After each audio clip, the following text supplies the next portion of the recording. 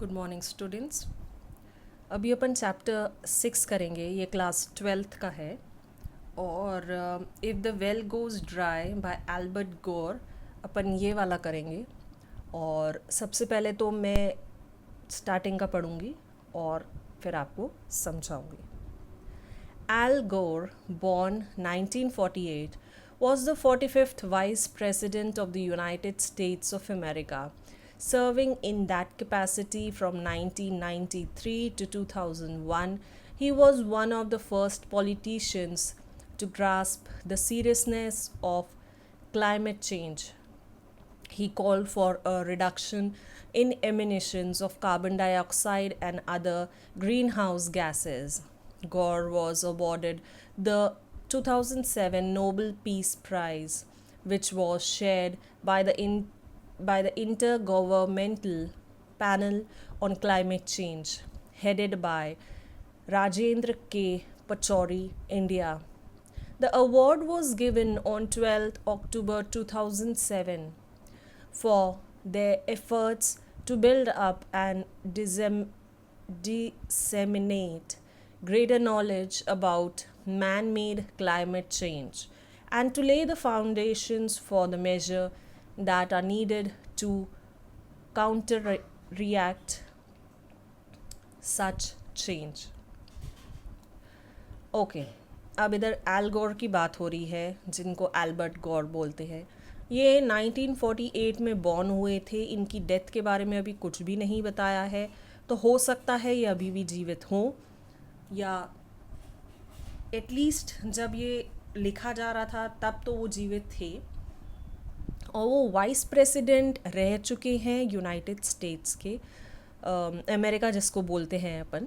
और जब ये वहाँ पर थे एज अ प्रेसिडेंट, तब इनको ये फील हुआ कि काफ़ी ज़्यादा क्लाइमेट चेंज हो रहा है और काफ़ी ज़्यादा प्रॉब्लम्स आ रही है क्लाइमेट में। तब इनने कार्बन डाइऑक्साइड का जो भी एमिशंस होते हैं, जैसे इंडस्ट्री से निकलते हैं या और भी किसी चीज़ों से निकलते हैं, इवन अपनी जो व्हीकल्स होते हैं उससे भी जो गैसेस निकलती ये भी पॉइजनस होती हैं, और जो ग्रीन हाउस की गैसेस होती हैं वो भी सही नहीं होती है। तो कुछ ऐसी गैसेस के लिए इनने बोला कि रिडक्शन होना चाहिए। उनको 2007 में नोबल पीस प्राइज़ मिला, जो एक्चुअल में बहुत ही ज़्यादा बड़ा अवार्ड है और बहुत माना हुआ अवार्ड है। और ये अवार्ड दो लोग ने शेयर किया था, एक राजेंद्र के पचौरी ने जो इंडिया के हैं, और एक अमेरिका के एल्बर्ट गौर ने। जैसे कि अभी नोबल पीस प्राइज़ के लिए अभी नॉमिनेट किया है अभी के जो करंट यूनाइटेड स्टेट्स के प्रेसिडेंट हैं उनको। तो ऐसे ही अगर आप कुछ अच्छा काम करते हैं तो आपको उसके लिए आपको अवार्ड दिया जाता है। एंड वो अवार्ड्स अलग अलग तरीके के होते हैं, जैसे भारत रत्न और Padma Vibhushan and all that. तो अभी ये जो नोबल पीस प्राइज़ है ये एक्चुअल में बहुत बड़ा होता है, और इसमें मोस्टली जो कंट्रीज़ होती हैं वो इसमें पार्टिसिपेट करती हैं। मतलब एक ऐसा नहीं रहता कि एक छोटी सी जगह का कोई इंसान होगा, पूरे स्टेट पूरे कंट्री को रिप्रेजेंट करने के लिए एक आदमी आता है, और वो ये थे। और इनने जब देखा कि कैसे क्लाइमेट चेंज हो रहा है, कैसे परेशानियाँ हो रही है, तो इनने जो भी मैन मेड जो भी चीज़ें हो रही थी उसको थोड़ा ज़्यादा विस्तार में बताया अपन को, जिससे अपन समझ सकें। और उनने तब ये चीज़ लिखी जो अभी अपन पढ़ने वाले हैं। इसमें पूरा क्लाइमेट चेंज और कैसे अपन अपने एनवायरनमेंट को अच्छा रख सकते हैं, कैसे पोल्यूशन हो रहा है, वो सब के बारे में बताया है।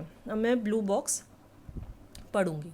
All major religions of the world consider human body to be made up of water and earth.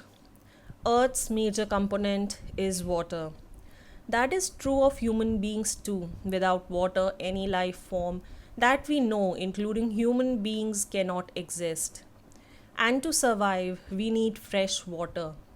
In this excerpt, the author identifies five major threats to the global water system: redistribution of the fresh water supply, the rise of the sea level resulting in the loss of low lying coastal areas, widespread deforestation, contamination of water resources and the pressure of rapid population growth. अब ये वाला जो है 5 चीज़ें जो बताई हैं, इसी 5 चीज़ों पर पूरा ये चैप्टर बेस्ड है। कैसे फ्रेश वाटर लोगों को नहीं मिल पाता, कैसे सी वाटर राइज हो जाता है और लोगों के घर डूब जाते हैं, कैसे डिफॉरेस्टेशन हो रहा है, पानी ख़राब हो रहा है, पॉपुलेशन बढ़ती जा रही है। सारी चीज़ें कहीं ना कहीं इंटर रिलेटेड है क्लाइमेट चेंज के लिए और अपने एनवायरनमेंट को ख़राब करने के लिए। तो वो चीज़ें कैसे ठीक करी जा सकती है, किसके लिए क्या करना चाहिए, वो सारी चीज़ें इसमें बताई गई है। फर्स्ट पैरा पढ़ूंगी मैं। Human beings are made up mostly of water in roughly the same percentage as water is to the surface of earth. सबको पता है ह्यूमन बॉडी में वाटर बहुत है, 70% है और उतना ही अर्थ में भी है। और वाटर के बिना कुछ भी नहीं चल सकता, इंसान तो बिल्कुल ही नहीं जीवित रह सकता और ये बहुत ज़रूरी है। Our tissues and membranes, our brain and heart, sweat and tears all reflect the same recipe for life, in which efficient use is made of those ingredients available on the surface of the earth. We are 23% carbon, 2.6% nitrogen, 1.4% calcium, 1.1% phosphorus, with tiny amounts of roughly 3 dozen other elements. But above all, we are oxygen 61% and hydrogen 10%, fused together in the unique molecular combination known as water, which makes up 71% of the human body. Okay. आप सबको पता है अपनी body में अलग अलग तरीके की चीज़ें हैं, जो तत्व जिसको बोलते हैं एलिमेंट्स, जैसे कि कार्बन और नाइट्रोजन, कैल्शियम, फॉस्फोरस, ये सब चीज़ें अपन को चाहिए रहती है और प्लस अदर एलिमेंट्स भी हैं। और सबसे जो ज़्यादा परसेंटेज में है वो है 61% ऑक्सीजन और 10% हाइड्रोजन। और ये दोनों मिलके सबको पता है, अभी तक तो आपको पता चल ही गया होगा, आप 12th में हैं। तो ऑक्सीजन और हाइड्रोजन मिलके क्या बनता है सबको पता है, एंड दैट्स वाटर, H2O। तो वो 71% है अपनी बॉडी में, and that is very much needed. अगर अपनी बॉडी में पानी नहीं होगा तो इंसान सरवाइव नहीं कर सकता, बहुत प्रॉब्लम्स आ सकती हैं। Okay, so when environmentalist assert that we are, after all, part of the earth, it is no mere rhetorical flourish. Our blood even contains roughly the same percentage of salt as the ocean, where the first life forms evolved. Okay, अब ना अपन को compare किया है अर्थ से। यहाँ पर जितना अर्थ में जो जो तत्व जितने परसेंटेज में पाए जाते हैं उतने ही परसेंटेज में ह्यूमन बॉडी में भी पाए जाते हैं।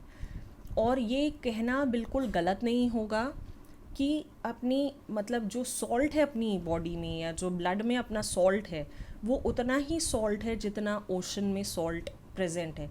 अब आप बोलेंगे ओशन इतना बड़ा, उसमें सॉल्ट इतना सारा, तो ये परसेंटेज के हिसाब से निकाला जाता है इसको, और वही परसेंटेज अपनी बॉडी में भी प्रेजेंट है। तो जैसे अगर इनने कहा कि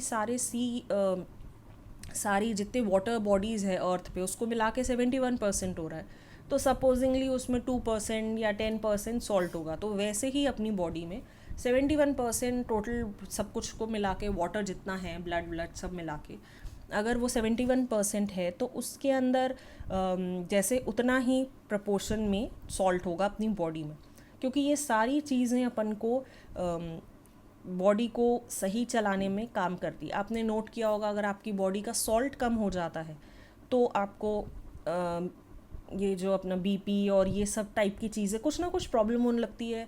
इवन वाटर कम हो जाता है, डिहाइड्रेशन होने लगता है। तो ये सारी टाइप की चीज़ें हैं जो कहीं ना कहीं से अपन को रिलेट करती है, और अपन अर्थ से रिलेट करते हैं। अपन अर्थ से अपना कंपैरिजन किया गया है यहाँ पर। They eventually brought onto the land a self-contained store of the seawater, to which we are still connected chemically and biologically. Little wonder, then, the water carries such great spiritual significance in most religions, from the water of Christian baptism to the Hinduism sacred water of life. Okay, अब जैसे यहाँ पर बताया गया है कि अपन सी water से connected हैं किसी ना किसी वे में, केमिकली या बायोलॉजिकली, तो उसमें अब कनेक्शन बताया गया है कि स्पिरिचुअली पानी जो सी है या जो ओशन है या जो भी है, वो वाटर बॉडी है जो अर्थ पे, वो अपने कितना इम्पोर्टेंट मायने रखती है, इम्पोर्टेंस रखती है। जैसे कि आपको पता है गंगा, ब्रह्मा, ये सारी, यमुना, ये सारी जो नदियां हैं ये सारी बहुत इम्पोर्टेंस रखती हैं। लोग हमेशा उधर पर जाते हैं जहाँ पर गंगा है और स्नान करके आते हैं, और वो बहुत पवित्र मानी गई है हिंदू लोगों के लिए। इवन क्रिश्चियनिटी में जब कोई बच्चे का जन्म होता है तो उसको उस पे पानी डाला जाता है और वो उसको बैप्टिज़म कहते हैं। तो यहाँ पर भले ही वो क्रिश्चियनिटी हो, वो हिंदुज़म हो या कोई और रिलीजन हो, वाटर बहुत इम्पॉर्टेंट रोल प्ले करता है यहाँ पर।